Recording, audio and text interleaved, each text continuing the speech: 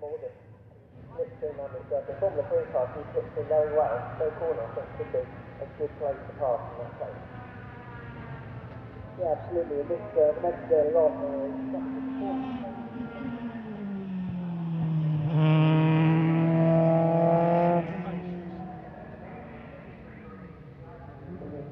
the thing that it ever has been really, slots is keep it all simple and stable, keep costs under control, and provide them the huge drive.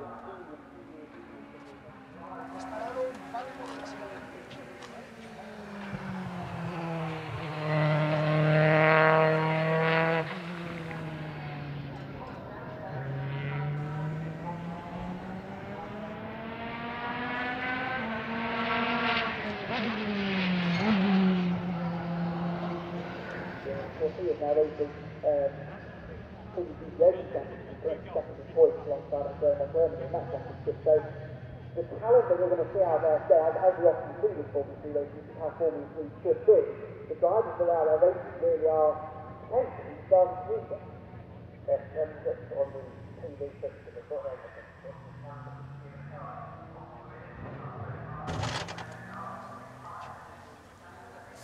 Go in front. Huh? Go in front a bit.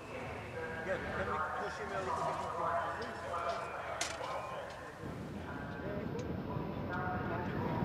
I trust him.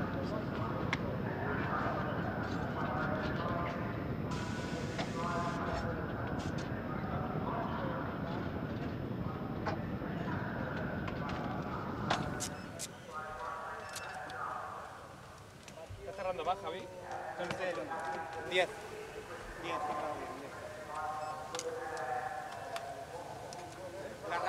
Start on the outside of the wheel, we'll make that start, and that's pole position, I think I might say, but actually on the outside line here, so the outside of the first quarter, which is the start to go. Check now if it's dry in the line.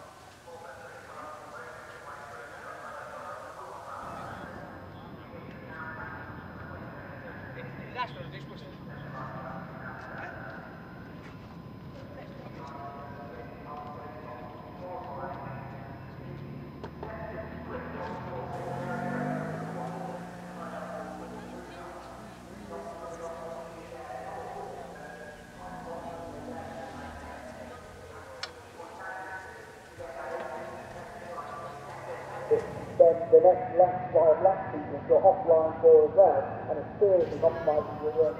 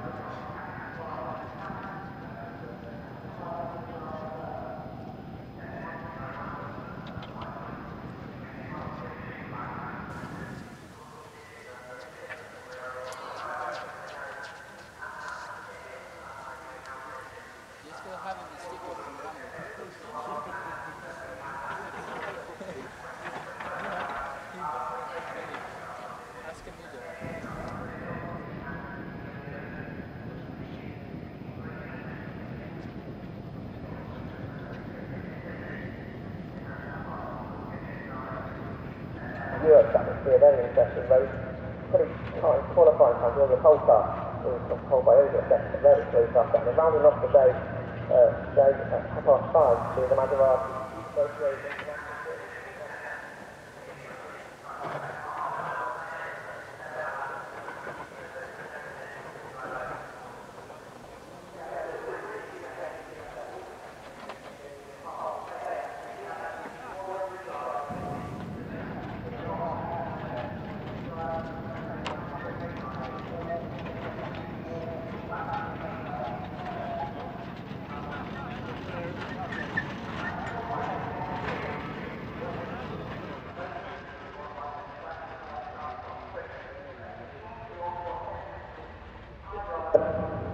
but undisputed, I think I've got my money off for this one. He's looked quick all year, and I think he's going to be very good to beat. He has a lot of single seat experience. He's a former Asian Formula Renault champion.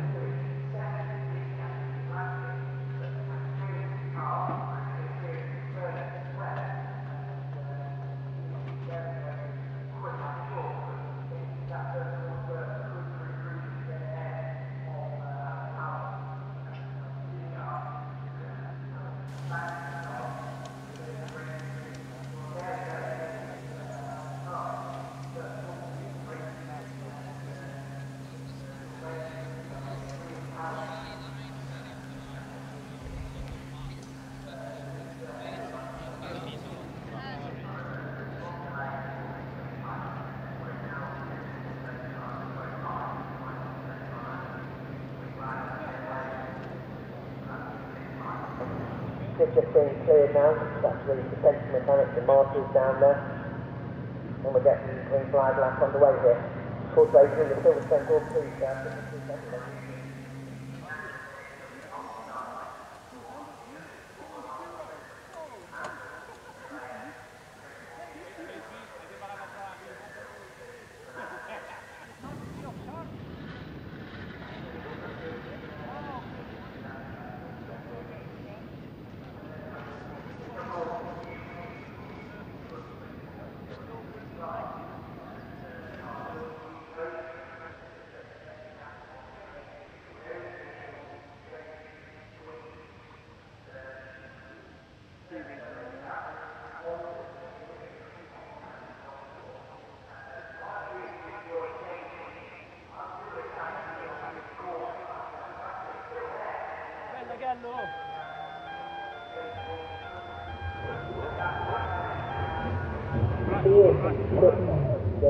Get that one certain there, on that run area, obviously, then he could have gone out of goal through that, but and then the few leaders really opened up those opportunities.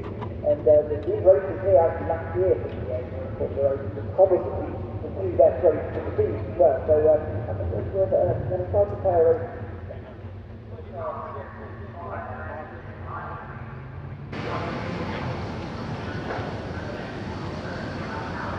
races.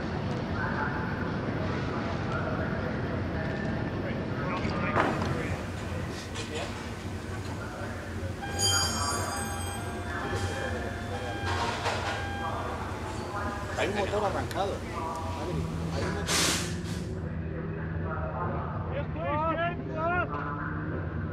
un motor.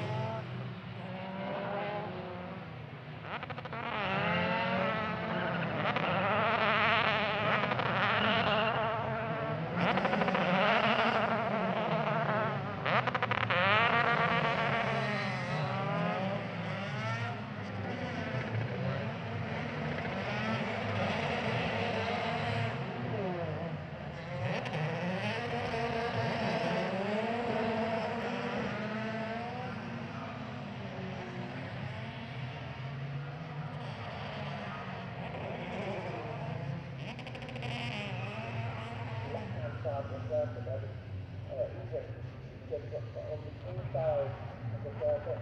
Last car to allow that to the front corner.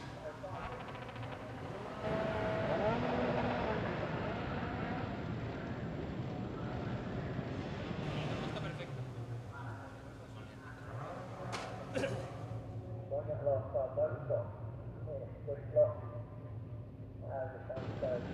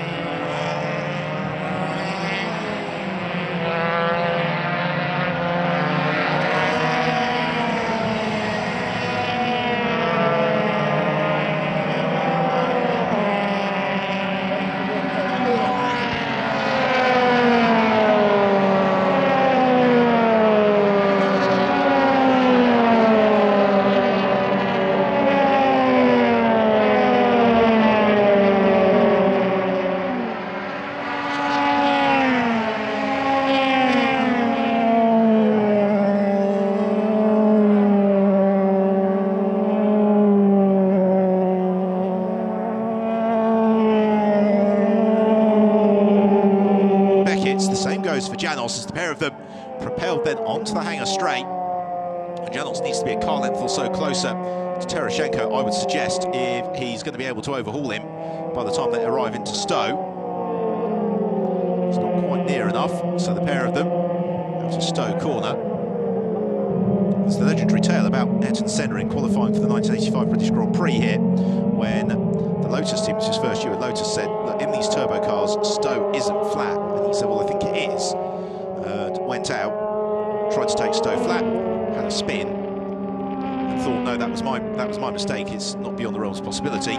Went out the second lap, had another spin, and then he decided the team was right and Stowe wasn't quite flat. Certainly isn't now that the corner has been tightened, unless it's still many high-speed turns around this track.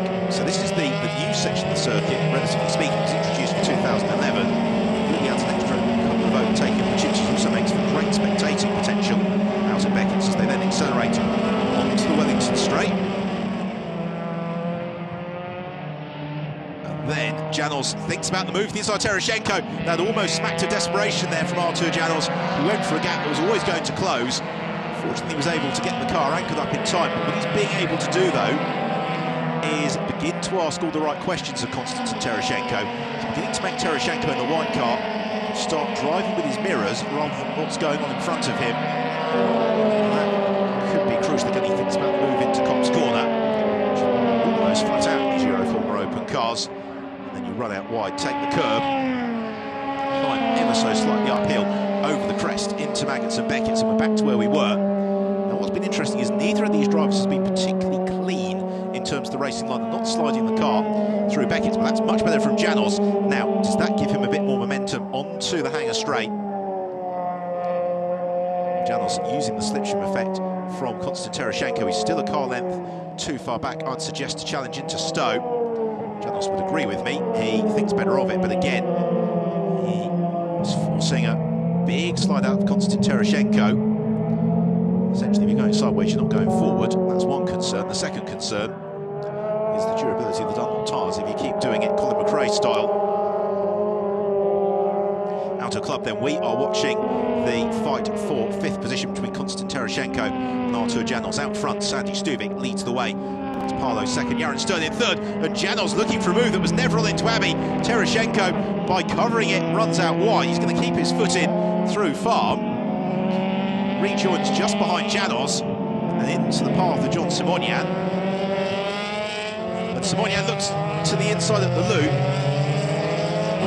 Again, Tereshchenko closes the door, but I'm not sure whether Konstantin Tereshchenko has got enough of a straight line advantage over his compatriot John Simonian down the Wellington Straight. So they now fight over 6th and 7th place. And Simonian surely going to challenge into Brookton as Tereshchenko covers the inside line. Simonian then looks for the traction around the outside. Doesn't find, but Silverstone, in contrast to many circuits, has on damp greasy days got an awful lot of grip away from the conventional racing line. Certainly this race had gone underway about half an hour ago. I'd have suggested that Simonian would have found a lot of joy there. Brooklands, as it is, the track's dried out sufficiently that you really do want to be on the main racing line. So through Copse Corner. Two Russian drivers, Konstantin Tereshchenko, John Simonian. Tereshchenko moving up from the Formula Renault 2-litre category in the Alps Championship, raced Formula 3 cars in Brazil over the winter, finishing third in the Brazilian F3 Open. And this year he's got the best result of 4th place in race 2 at Jerez. He's been at the points on one other occasion. That was a 9th place in race 1 at the Hungaroring, but he has been devastatingly quick, Simonian. As he turns through Stowe Corner now, as Tereshchenko has another huge slide at Stowe, and surely Simonian's going to be able to challenge into Vale. Tereshchenko to the inside, Simonian to the outside. Tereshchenko outbrakes himself. He's got the inside line for club. Simonian makes contact. Oh no! Around he goes. He smokes the car up as he attempts to rejoin. I would love to see that from another angle. It means that Tereshchenko immediately slips into the clutches of teammate Sean Walkinshaw. Right in behind Tereshchenko. They've also got Weifan Thong, who decides it looks like fun. He wants to join in as well. Walkinshaw's going to have the inside, would have had the inside line for the loop. So it looks Janos to the outside and goes through. That is an absolutely brilliant manoeuvre there from Sean Walkinshaw around the outside of Konstantin Tereshchenko. A pair of them giving each other just enough room. They've got Wei-Feng Thong as well, who's looking to join in. It's Thong who's going to challenge Tereshchenko briefly to the inside into Brooklands. So just about at half race distance, Sandy Stupid is who leads the way. It's Parlo is in second place, Yaron Stern third, Yukan Amaru's fourth, Artur Janos is fifth, and this essentially is level for sixth, which has really been turned on its head over the course of this lap as they all sprint through over the line. So Sean Walkinshaw in sixth, Tereshchenko to seventh, Wei-Feng Thong in eighth, John Lim up to ninth, John Simonyan in 10th, Talant Sathian Thirikol in 11th position. Sandor Feisel in 12th. And Tereshchenko, all that pressure that was being applied by Simonyan really coming against him as we have a look at how it all started. Tereshchenko being pushed out of fifth by Artur Janos.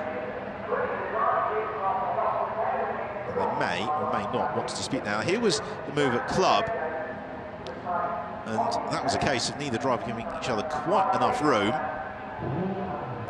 Body language tells you what the Campos team thought about that. So once more, John Simonyan caught up in a tangle.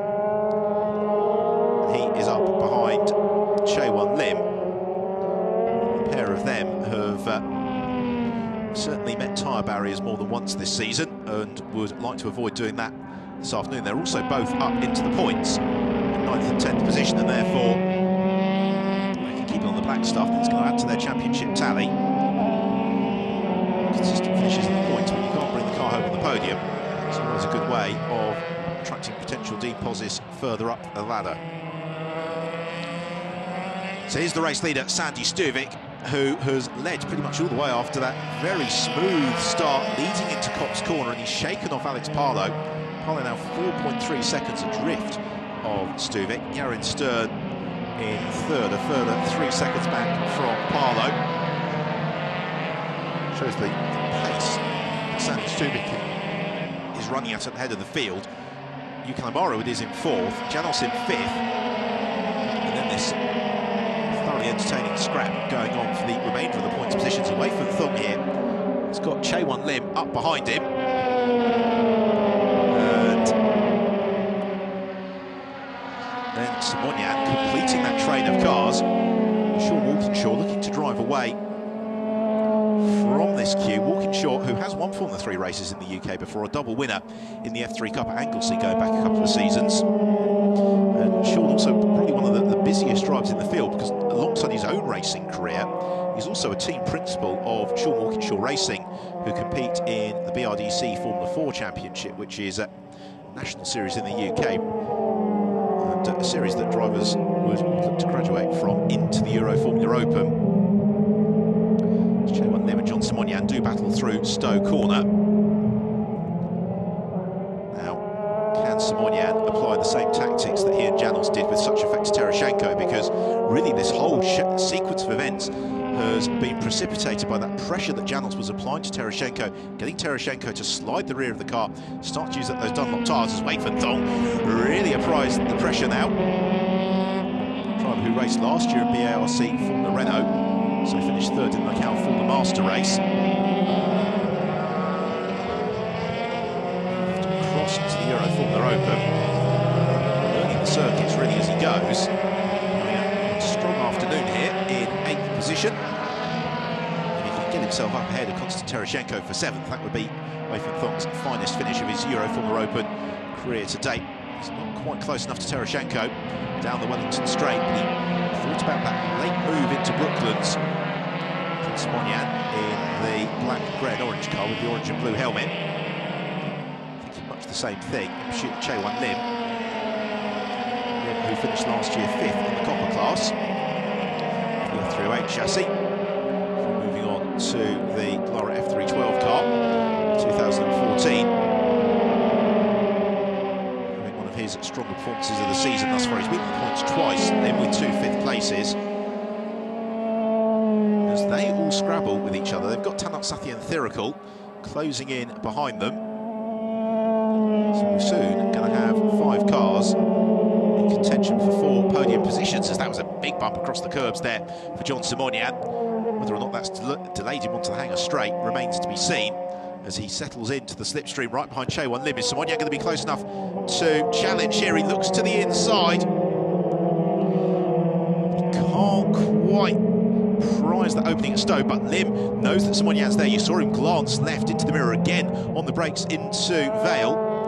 That means that Lim doesn't really make friends with the apex. It means that Simonian continues to apply the pressure as they then head out of club, accelerating on towards Abbey. So it's Walkinshaw in 6th, Terashenko in 7th, then 8th place away from 9th Chewan Lim, 10th that man John Simonian, and then Tanat Sathi and Thirikul lurking with intent in 11th. So through Village onto the loop.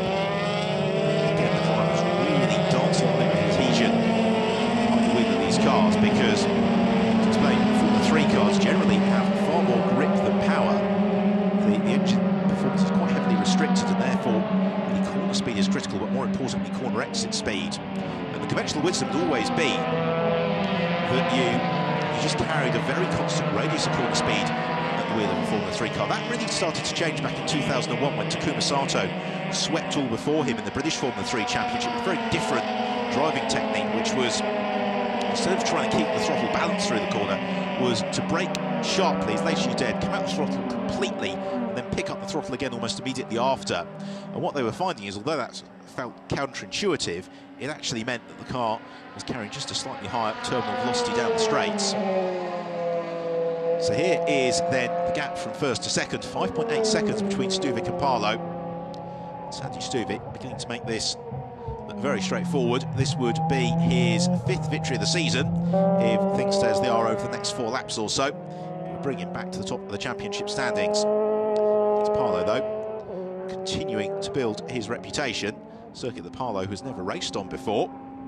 He's only into his 6th other weekend of car racing, because he did 1 Winter Series event and then came straight into the championship proper. Now this could get interesting, couldn't it? Because Yarin Stern is being caught by Yu Kanemaru. The gap between the pair of them, just 2.1 seconds. Yarin Stern has already been on the podium twice this year, both 3rd places, both at Jerez. Yu Kanemaru also twice a trip to the podium. That was a 3rd place in race 1 at the Nürburgring, a 2nd place in race 1 at Portimao. And you can just see the red disc there on the side of Kanemaru's car. That is a sticker saying thank you from the citizens of Rakuzen Takata, which is a town in Japan that was very badly affected in the Japanese tsunami a couple of years ago. And the stick, the red disc, it says thank you, but it's also the miracle pine, because the city was a very, very beautiful city with like 80,000 pine trees, and after the tsunami, only one of those pine trees remained. It's been a symbol of rebirth for the city, and in order to say thank you for all the support that was poured in after the Japanese tsunami, citizens of Rakuzen Takata said, we want to put a sticker on Yu's car so that TV viewers around the world can see us saying thank you. And Yu himself was actively involved in volunteering to support in the tsunami cleanup operations. So there's Kanemaru in 4th position. His leader, Sandy Stuvik, continue on his way. We've off camera got an incident for John Simonian. He has gone off into the gravel trap. So Simonian again, over enthusiasm getting the better of him. So Simonian a retirement. Then promotes Tanat Sathi and Thirikul up into the points. So Stuvik continuing on his way, and Stuvik really caught from the depth of the deep blue sea. Coming to the season, there is the end of Simonian's moment. Off into the gravel trap, coming out of Chapel Curve onto the hangar straight, and it would appear as if he lost it on the last element of Beckett's. We've seen some of the drivers living dangerously there throughout the course of the race, and it caught Simonian out. Teammate Sandy Stuvik returning to the Euroformula Open, and really, whenever a driver who was so competitive in their first year in the category returns for a second, the expectation is that they will go on and sweep all before them, and that's really what Stuvik has been doing a good job of doing. Well, the demise of Simonian's rather split this group up. It means that Konstantin Terashenko in 7th place, white car, white helmet, is in pursuit of 6th place man Sean Walkinshaw, white car, black helmet. As the pair of them come onto of Wellington Straight. Walkinshaw knows that Tereschenko's there. He covers the inside line.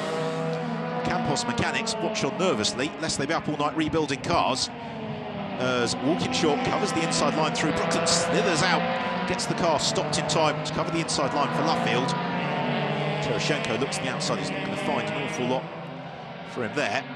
Then they accelerate on towards Woodcote, but you can see how close Konstantin Tereschenko is to Campos teammates disputing 6th place. And Tereschenko draws alongside as they sprint over the start and finish line. He's got the inside line for Copse, turns through and makes the move stick. It's a super pass from Tereschenko. But now, can he withstand the pressure from Sean Walkinshaw, who will be straight back into the slipstream? Classic Silverstone manoeuvre. Really intelligent driving as well from both drivers. Was looking to set up the move for the corner after the one that they're in, or maybe 2 corners after that. So onto the hanger straight. Is Walkinshaw close enough to Tereschenko?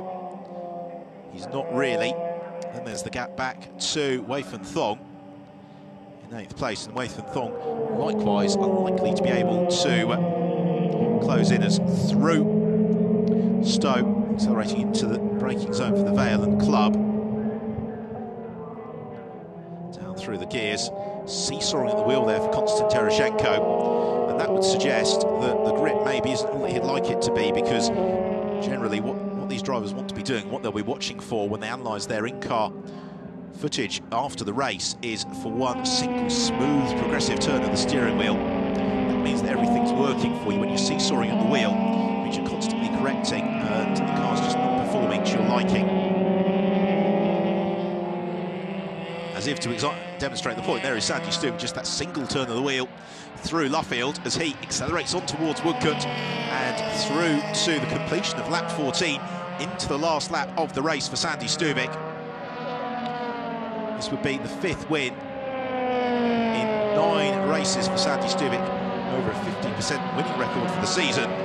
It's Parlow in 2nd place. After pressurising Stuvik early on, has faded somewhat, but that's real maturity as well from Parlow, because it's sometimes so easy when you're fighting for the win, you haven't quite got the package underneath you to do that, to over-commit, push a little bit too hard and end your day being craned away, as has happened for John Simonian.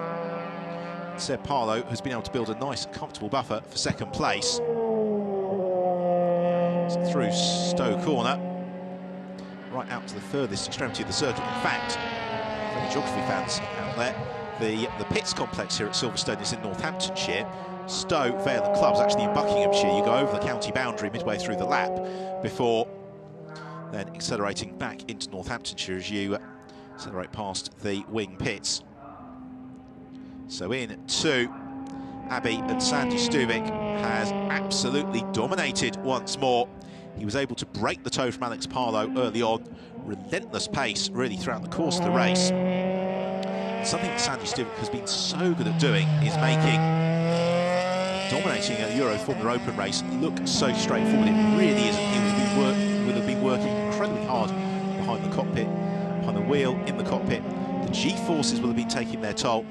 On such a humid, muggy, hot day, driver fitness will be absolutely critical, but Stuvik has not missed a beat once more, and he, therefore, provided he negotiates Luffield without a problem, and he does just that, is going to come through to win the 9th race of the Euroformula Open season, to score his 5th triumph of the season and move back to the top of the championship standings. Sandy Stuvik winning in Silverstone in race 1 to the delight of the RP Motorsport team.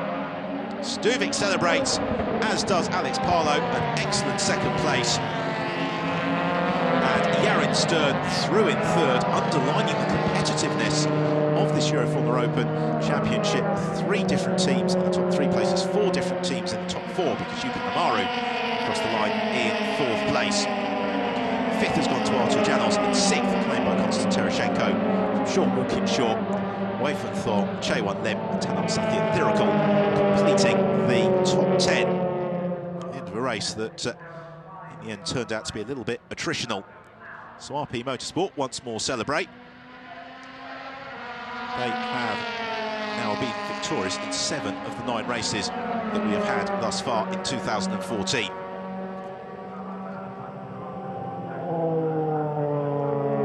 So Sandy Stuvik acknowledging the applause of the marshals as he heads around back to the Parc Fermé. So let's have a look then at the race results. Perfect day for Sandy Stuvik.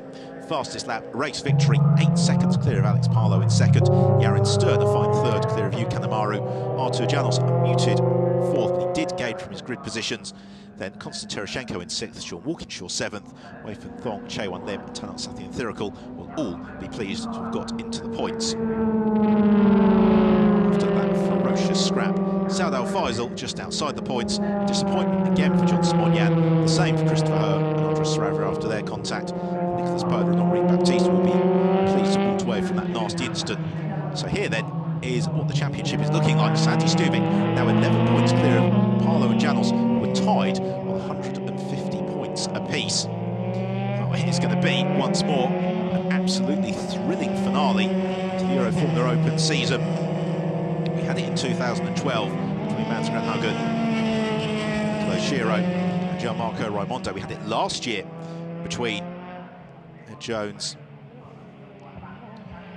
and Sandy Stuvik, and this year Sandy Stuvik, Artur Janos and Alex Palou are going to take the championship fight all the way. But today, once more, is Stuvik's. Absolutely perfectly controlled performance there from Sandy Stuvik,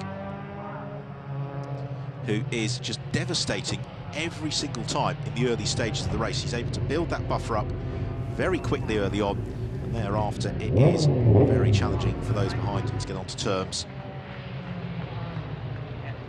So to Parc Fermé then for Alex Palou. Back on to the rostrum, which he is becoming very familiar with indeed. His 7th podium finish of the season. Sandy Stuvik, his 5th victory of the year. Yarin Stern, his third place finish of the 2014 campaign, his 4th career podium in the Euroformula Open. So the obligatory nose stand celebration for Sandy Stuvik. Another very nicely judged performance. Thumbs up from Stuvik. Looks like it was hot work there underneath the visor as he enjoys the congratulations of the team and well-wishers down in Parc Fermé. Alex Palou, likewise, on the Campos team. All smiles there. So Palou's barely even broken sweat. As he disengages himself from his hands device, handshakes all around. You can see maybe just a little bit disappointed to have finished in second, having claimed pole earlier on, but of course that pole position came in a wet qualifying period. Yeah, definitely hot work there for Sandy Stuvik. Same for Yarin Stern. A big smile from Stern. He couldn't quite get onto terms with Palou to dispute second.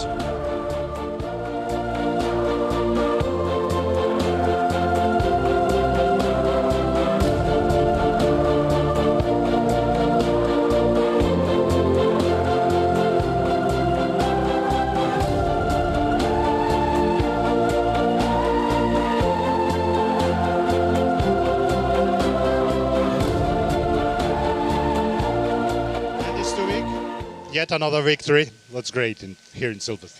Thank you. I'm very happy. Of course, I had a better start than Alex, and I had the advantage into the first corner. So from then, I could more or less control the race. But it was quite tricky conditions with the dampness of the track, but it dried up pretty quickly. And then, yeah, I'm very happy. It was more or less a perfect race. It's a difficult weekend, of course, because it rains, then it dries off, and how you manage to handle this condition? Well, it's always a bit of a gamble when the conditions aren't full wet or full dry, so we'll continue trying to estimate the best as we can how to set the car and what tires to use, but tomorrow I think it will be another gamble, so we never know at this circuit. Good, well done. See you on the podium. Thank you. See you. So delighted Sandy Stuvik, and this is how the race was won. He wasn't lightning fast away from the line, but he got the power down absolutely beautifully moving up through the gears, so he took the lead into Copse Corner for the first time. As the pack surged through, Parlow was immediately onto his tail, and the opening lap was thrilling, although marred by this nasty incident involving Enrique Baptista and Nicolas Pola, both cars heavily damaged after Pola was torpedoed by the wayward Baptista. Artur Janos had a difficult qualifying, but he made up for it, pressurising Konstantin Tereshchenko into that mistake as the Polish driver climbed up to 5th, although he did lose his championship lead as a result of not being able to match Stuvik. That meant Tereshchenko slipped immediately into the clutches of John Simonian. The Russian driver Simonian once more showing breathtaking pace. Unfortunately, another wayward moment. Contact with Tereshchenko, neither driver giving quite the other enough space, and around went Simonian.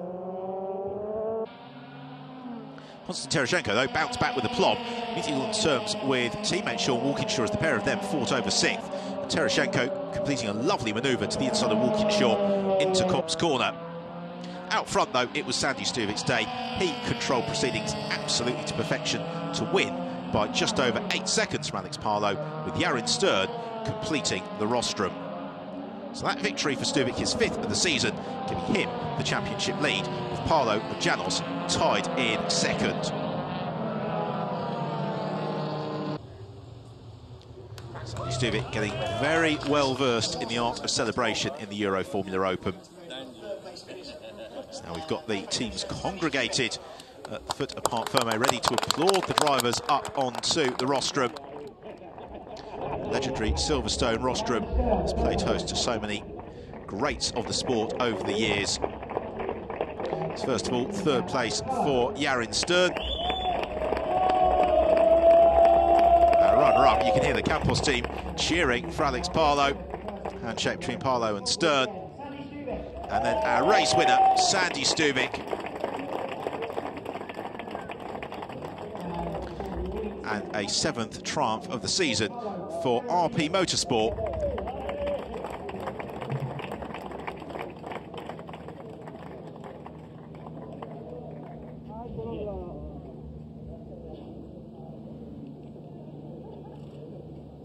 And now for the race winners national anthem.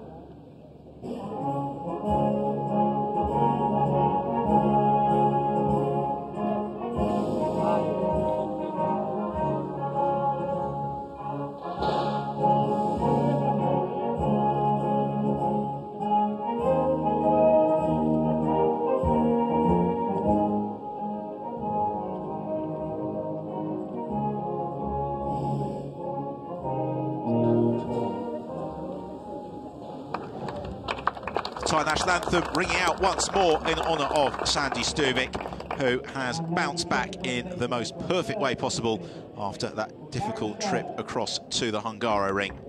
So on then with the presentation of the trophies. 3rd place for Yarin Stern. It's Parlow, the runners-up trophy, and Sandy Stuvik, race winner.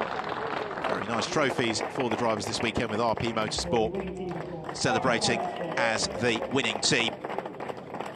So they will pose for photos and then think about celebrating with the champagne. It means it's a good time for us to say, don't forget to join us from 11:20 tomorrow morning, when the 2nd race of the weekend in the Euroformula Open gets underway, and they will be qualifying for that very first thing tomorrow morning. So it'll be a whole new grid, a whole new day, but hopefully the same level of dramatic action to look forward to. So as the champagne flies here on the podium at Silverstone at the end of the 9th race of the season in the Euroformula Open, it means it's time for myself, Ben Evans, to say thank you very much for your company. We look forward to you joining us tomorrow with all the action from the 10th race.